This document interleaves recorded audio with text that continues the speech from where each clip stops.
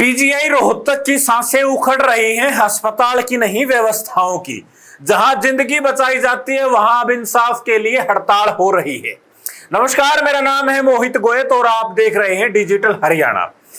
Rohtak PGI Haryana का सबसे बड़ा स्वास्थ्य संस्थान है और वहां के 1200 से ज्यादा आउटसोर्स कर्मचारी पिछले 62 दिन से हड़ताल पर हैं और इनका मकसद केवल एक ही है कि ठेकेदारी प्रथा खत्म हो और सीधी बहाली HKRN पोर्टल पर हो।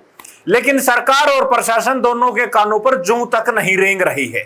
इसी बहरे सिस्टम को जगाने के लिए कर्मचारियों ने सड़कों पर उतरकर भीख तक मांगी और उस भीख की राशि को वीसी साहब तक पहुंचाने का प्रयास किया, लेकिन वीसी साहब नहीं मिले तो उस धन को गौ माता की सेवा में समर्पित कर दिया। जब इंसाफ नहीं मिला तो कर्मचारियों ने अर्धनग्न होकर पीजीआई के डायरेक्टर और वीसी के खिलाफ नारेबाजी की। प्रशासन तब भी चुप रहा। इसके बाद पीजीआई के कर्मचारियों को पीजीआई से धरना करने से रोक लगा दी गई तो पीजीआई के कर्मचारी रोहतक के मेडिकल मोड़ स्थित देवीलाल पार्क में बैठ गए और वहां से लघु सचिवालय तक एक मार्च निकाला गया और उम्मीद थी कि वहां कर्मचारियों की जरूर सुनवाई होगी। लेकिन लघु सचिवालय में भी केवल ज्ञापन लिया गया, समाधान नहीं दिया गया। लेकिन कर्मचारी नहीं थके और ये कर्मचारी दोबारा पहुंचे जिला प्रशासन के पास, लेकिन अवस्था थी अर्धनगर।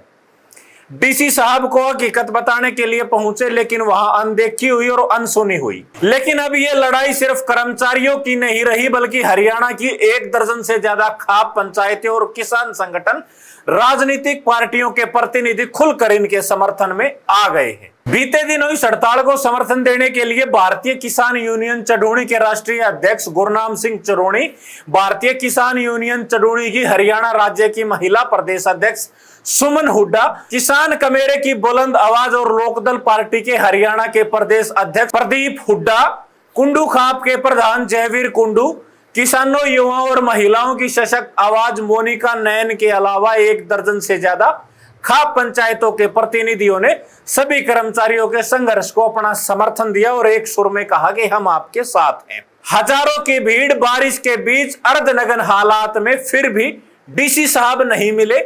मिलना हुआ एडीसी साहब से। मीटिंग हुई और तय हुआ कि 5 अगस्त को निर्णायक बैठक बुलाई जाएगी और उस बैठक में रोहतक का जिला प्रशासन, डीसी साहब, एडीसी साहब, एसडीएम साहब और पीजीआई के डायरेक्टर और वाइस चांसलर साहब होंगे। लेकिन अब सवाल यह है, क्या यह मीटिंग समाधान दे पाएगी? क्योंकि सवाल पर सवाल खड़े हो रहे। अब सूचना यह आ रही है कि अगर इस मीटिंग में कर्मचारियों को समाधान नहीं मिला तो 11 मार्च को एक बड़ा आंदोलन, ये हड़ताल ले सकती है, या ये हड़ताल कहें बड़े जन आंदोलन में तब्दील हो सकती है। अब ये सिर्फ पीजीआई के कर्मचारियों का संघर्ष नहीं रहा, बल्कि उस लुटेरी ठेकेदारी व्यवस्था के खिलाफ ये आग है जिसने पूरे सिस्टम को खोखला कर दिया है। इस रिपोर्ट के बारे में आप लोग क्या सोचते हैं वो हमें कमेंट बॉक्स में जरूर लिखें और पीजीआई के जो कर्मचारी पिछले 62 दिन से हड़ताल पर बैठे हैं उनके बारे में आप लोग क्या सोचते हैं वो हमें कमेंट बॉक्स में जरूर लिखें। शुक्रिया।